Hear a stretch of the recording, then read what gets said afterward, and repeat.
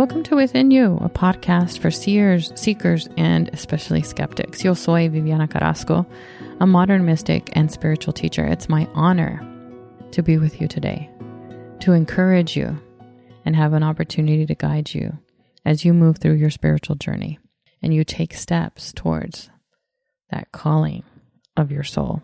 This is a series of episodes that's a selection of lessons from my book, Love Being Human, the key to harmony within you.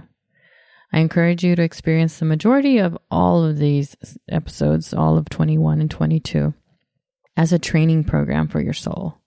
During this actual time, I engaged in a pause, what I call a sacred pause, or intentional act of making space, giving myself what I teach you, which is to give yourself room to grow and evolve.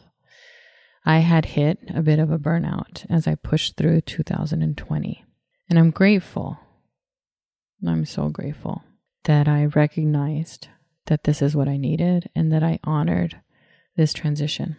I'm also super thankful for this offering because it emerged from that holy silence, both finally the giving birth of the book and kind of a highlight of what those lessons are. This episode is about understanding yourself better and deepening your connection to yourself. So if you're pointing to the book on where this lesson comes from, I'm actually going to open it now to page 135. And that heading on the bottom right says, Understanding Yourself Better. Learning to love being human requires you to realize that you're not designed to thrive.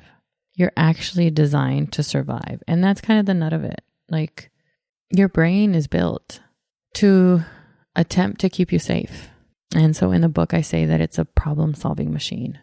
It's not designed to sit in fulfillment or prioritize meaning. So as I moved through my own dark night of the soul, I yearned for, I think the word that kept coming up for me was truth and peace and presence. I wanted to feel deeply fulfilled. I wanted to have more meaning in my life.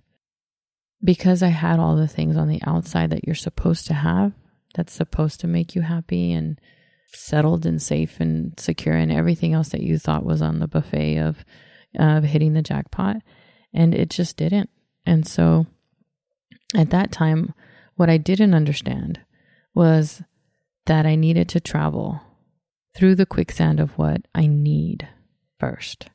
And this is super important for you to pick up. I refer very often, because he's one of my favorite neuropsychologists, Dr. Rick Hansen, because he understands the science of growing and argues that we have three big needs. And again, I said I had to understand what I needed first before I could truly understand what I wanted. And so your body and your brain work towards three needs: to avoid harm, to approach rewards, and to attach to others. Another way that he says this is you pet the lizard, feed the mouse, and hug the monkey. We need safety, satisfaction, and connection. We're hardwired to minimize danger. Whether it's real, like an actual immediate and present danger. You have hiked and you are at the edge of a cliff where you may fall.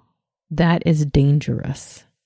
But sitting, looking out the window, ruminating on some thought or worry or concern isn't an immediate and present danger. So, but your brain thinks it is. Your imagination is just as real to your brain as a real present danger is. So for me, I need every human. It's just the way that we're designed. We need safety, satisfaction, and connection. So if I'm fearing speaking up because I think someone's not going to like me, then I am risking connection. I am risking safety. And what I recognize now as I look back is that as I was shifting through my own identity, it lit up all three of my emergency centers. And instead of figuring out what I did wrong or how to get it right, Now I see that there's nothing to fix and that I wasn't getting it wrong, but I sure was beating myself up about it. Once I recognized that I have these needs and that I am designed for safety, that I am designed for minimizing risk, then I could understand how that path was so scary for me. But it wasn't an immediate and present danger. It became less of a struggle as I got to know myself better. And in my book, I actually suggest that you begin with developing a greater awareness of your inner world. The first iteration of this podcast was called Turning Inward exactly for that reason. But in the book, I mentioned that you can take the mindful attention awareness quiz. So you can just Google search it or email me at vivian@viviancarrasco.com if you don't find it, and see how your mindfulness, like where the marker is. I know growing up, my mom used to have a subscription to Cosmopolitan, and I adored the quizzes.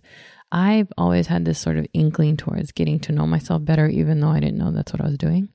And Cosmo probably wasn't the best venue for a young preteen to figure out, whatever, I don't know, best lipstick at the time. But quizzes are cool. They kind of can give you a line in the sand, draw a little bit of awareness in. And this quiz in particular actually is correlated with the higher your mindfulness is, the more physical and mental health and the quality of your relationships. So if you've got, making up a number of 4 and you want to get it to a 6, it's also going to correlate to better mental health, better relationships. So mindfulness attention awareness quiz, just do a Google search or send me an email. Understanding yourself better is one of the principles, one of the foundational sort of efforts of learning to love being human, of understanding how to be in harmony with yourself. Before I moved through this, I actually couldn't tell you what it felt like to be hungry and tired. I was either never hungry because I was always eating, or never tired because I was just collapsed, always tired and collapsed. It's interesting to me that when I am working with a new client and we begin to meditate together, that pretty much everyone, I can't think of one person who hasn't, falls asleep as they're meditating. Maybe because, they're relaxed enough, but I think it's because they're actually tired. So learning to see our subtle signals is what that mindful attention awareness quiz will sort of draw you to. Another skill is, that I recommend that you develop in the book, is to build your emotional vocabulary. So these are this is like the basic training of figuring all this out. In the book, I point you to Ekman's Atlas of Emotions. So Paul Ekman is an emotion psychologist, and he partnered with the Dalai Lama to build the Atlas of Emotions. You can, again, Google it, pick it up online. But if you're looking for additional resources, I also want to recommend the Inside Out movies. They're a really great way to build your emotional awareness, just kind of understanding. They're pretty true to life, how those things work. And also a new book that's out by Brene Brown. It's called The Atlas of the Heart. It gives you a way to sort of build your vocabulary of emotions. So naming what you're experiencing is a way to sort of point to and understand the subtleties of what those emotions are. Now, one of my sons, Joshua, always says, but what's the cheat code, right? And if you are interested in a shortcut, that's not a shortcut, but a cheat code to understanding yourself better and really experiencing the subtleness of yourself, I went to a 10-day Vipassana, a residential course, and that is something that may be for you. So it's pretty intense. It's 10 days. The memory of waking up in the dark and meditating for, 10 hours out of a 14-hour day, and with a break for lunch and then one in the evening for a walk, is pretty intense without electronics, without writing utensils. There's nowhere for you to go except within. And so for me, the 10-day Vipassana retreat, and I do have an episode that points to my experience there, was illuminating to say the least. And the skills that I learned were just amazing. So I started off with saying that I had to figure out the difference between what I wanted and what I needed, and that I am designed to meet my needs: safety, satisfaction, and connection. So learning to love being human becomes easier when you can understand, in addition to the difference between what you want and what you need, if you even know what you want, is that there's a couple of biases that are hardwired for all of us. Just appreciating that I have moved from that pause of movement to now creating and sharing again. And so this episode is about understanding yourself better. And I talk a little bit about it in my book, but there were some things that I really wanted to point out to you as this school in your soul. And the first is the difference between your wants and your needs. And then this next thing is the bias that's inside of us. And so I'm going to flip to page 149. And this is where I want to talk about the negativity bias. So it's our default to look for what's wrong and what isn't working or needs to be fixed. And I'm reading from the top of page 151. It's just the way we've been wired through thousands of years of evolution. Our brains are made of Teflon when it comes to happiness, and Velcro when it comes to what pisses us off, makes us sad, and makes us mad. You can't always change our tendency. We can't change our tendency to focus on the lack in our lives, but we can train ourselves to pay more attention to the things that bring us joy. Science says that we change through practice over time, or drip by drip. As again, my favorite neuropsychologist, Dr. Rick Hansen, says, drip by drip, the things you pay attention to change the things you notice, and the things you notice open you to more opportunities. So when it comes to happiness, there is no set point for you. You can train yourself to be happier. Learn to take in the good. Turn your ordinary daily moments into what I call $1 million memories. And that's from page 151.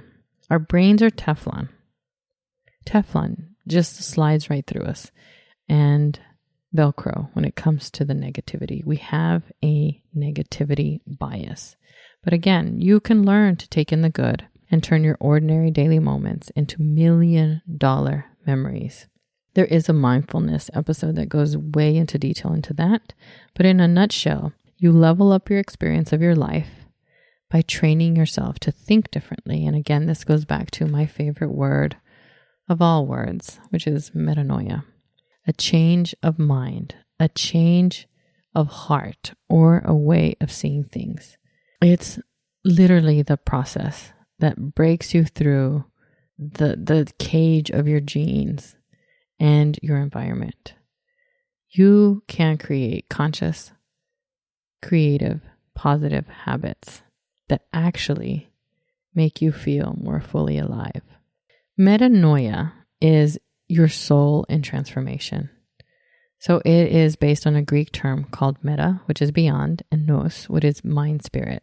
So it is changing your mind, and it's often translated as conversion or repentance. Isn't that interesting? Imagine everywhere that you've heard the word repentance, if you replaced it with a change of mind, a different way to see things, a softening of your heart.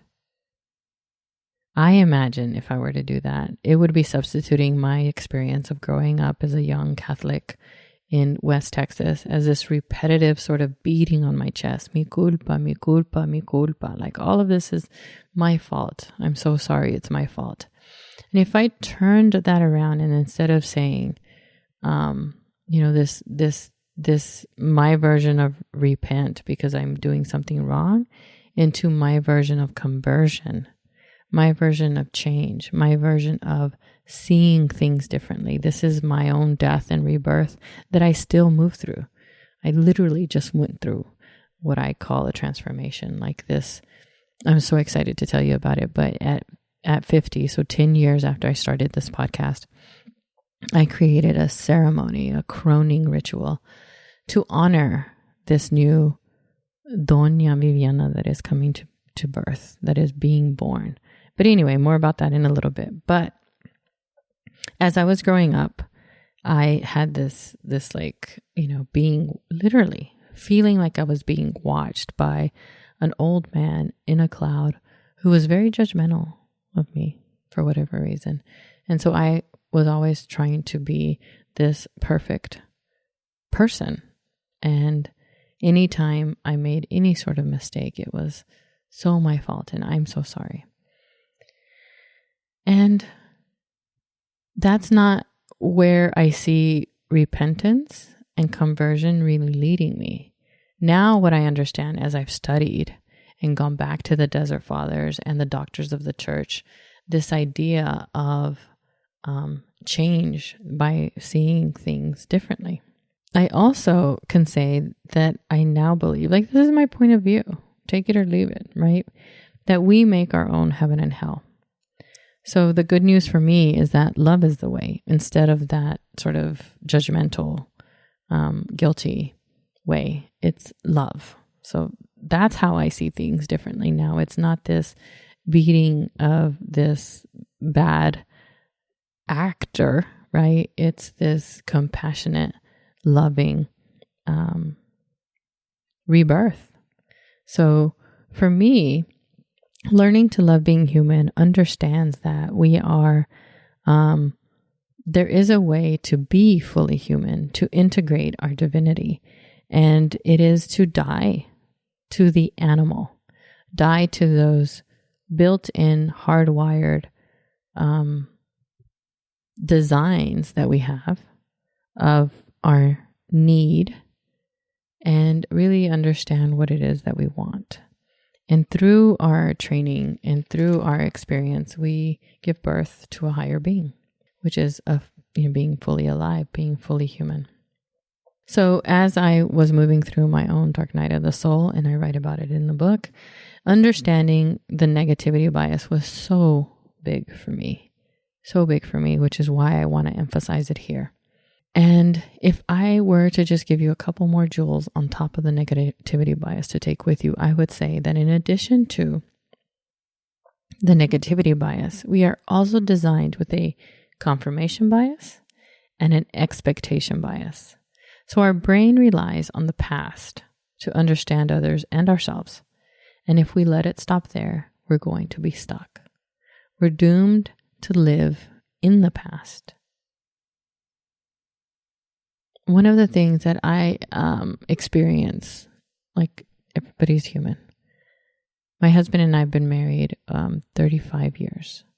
No, 36. A whole long ass time.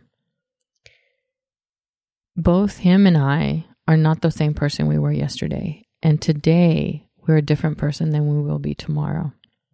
If I had not, through some grace of God, been able to see that man as who he was, as he was in front of me, versus the 18-year-old soldier, or the this, or the that, as we've moved through our lives, this is how you are in relationship. You are literally in relationship with the person that you are right now, and you're looking towards the person that you want to become. So, confirmation bias and expectation bias imprison you to the past, to say you are almost like predicting you're going to do this because that's always what you've done. God, that is like, gets under my skin. There's an opportunity for everyone to grow. And this is not so important with your relationship to others, but mostly, and again, I draw us back to us, to me.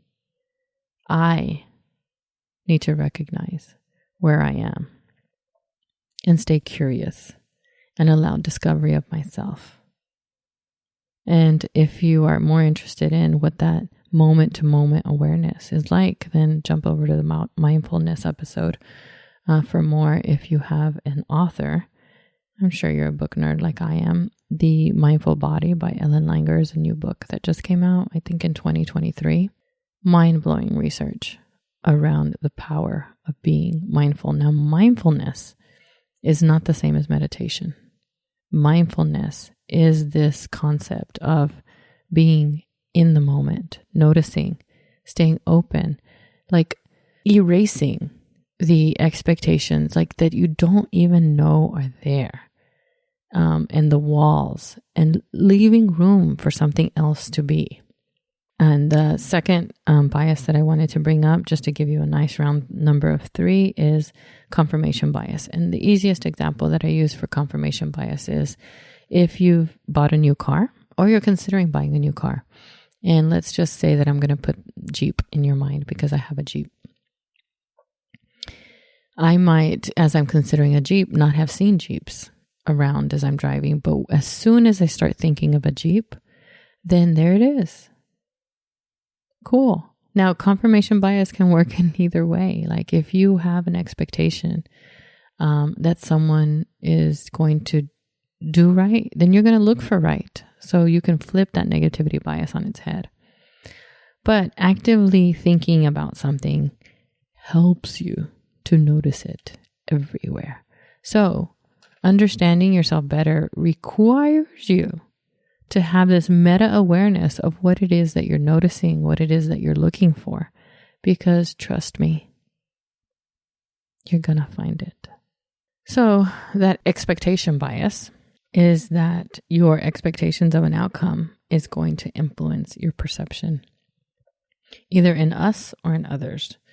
So whatever you believe, you will perceive, and you will live your life through that filter. You will live your life through the filter of what you believe. Do you know what you believe? Do you understand what your point of view is? So one of the things that I was always curious about as I was reading through religious literature and just anything is this idea of different worlds. And I used to think about it as actually a different world, like a physical earth somewhere else. And now, you know how I understand those different worlds? It's because every set of eyes is experiencing a different world. Mind-blowing. So another sort of reflection that comes up when I talk about this is growing up in a large family, being super curious, as my sisters and I have 3 sisters and a brother. As we would reflect on an experience, we each would tell a different story, even if we were in exactly the same room. And what I thought we were experiencing the exact same thing, but we weren't. So that's now what I understand about different worlds. Like each set of eyes sees this world differently and therefore makes it different.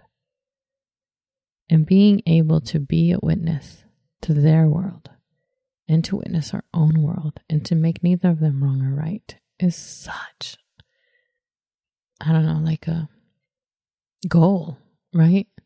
But just understanding that happens even is the first step. But this is what I said, it's called basic training for a reason. So if you're interested in sort of taking a tippy toe into that pool of different worlds, then I invite you to act as if. So it's a behavioral strategy that you adopt a mindset. You adopt behaviors of who you want to become. Like if you're thinking, I want to act as if my husband, my boyfriend, my best friend, my this, my that, reconsider that a little bit, okay? Because where are you putting all of your effort? My whole thing, the whole gist of my spiel here is to look within first. Like the universe of you is where all the juice is. So shift that little baby around and ask yourself, who do you want to become? How do you want to behave? Where are you moving towards? And act as if. It's also, in addition to it being a behavioral strategy, it's actually used in cognitive behavioral therapy. But one of my favorite people to use it is a marketer called Seth Godin. And I think that this is where I heard this first from, was Seth. And Seth says, what if you pretended just for a little while What if you acted as if? Building an identity is quite the job. It is mucho effort. And for years and years and years before I could be an author, I had to act as if I was a writer. And that meant, butt on the chair, writing things out, acting as if. And when I did that, saying, that's just like me. We are building our own identity. So you can flip expectation bias, confirmation bias on its head and use it to your advantage instead of letting it be the default and it being the subconscious of how you move through life. Again, because we don't see the world as it is. We see it as we are. I made a note here that says the stories we share become just as important as the memories we make before, during, and after. So I wrote this note because in the moment that I was writing it, I am sure that I was reflecting on experiences. Experiences are everything for me, and experiences with the people I love are everything.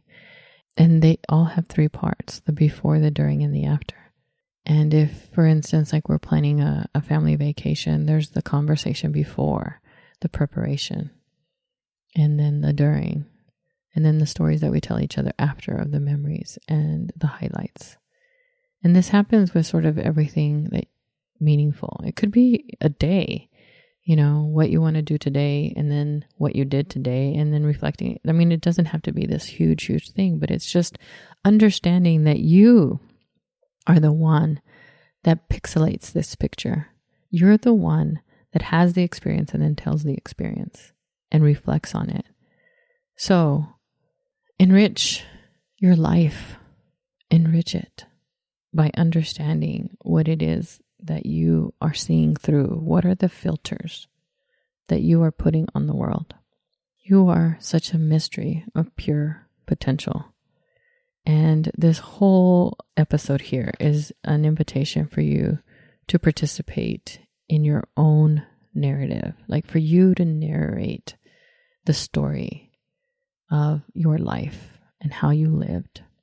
One important closing point, because I had to figure this out, and so I'm sort of giving it to you as a gift, is that you don't learn through theory. You don't learn through a book. You don't learn by listening to me. You learn in practice. The Greek word for knowledge or knowing is gnosis, but it can't be taught. It's not information that I give you.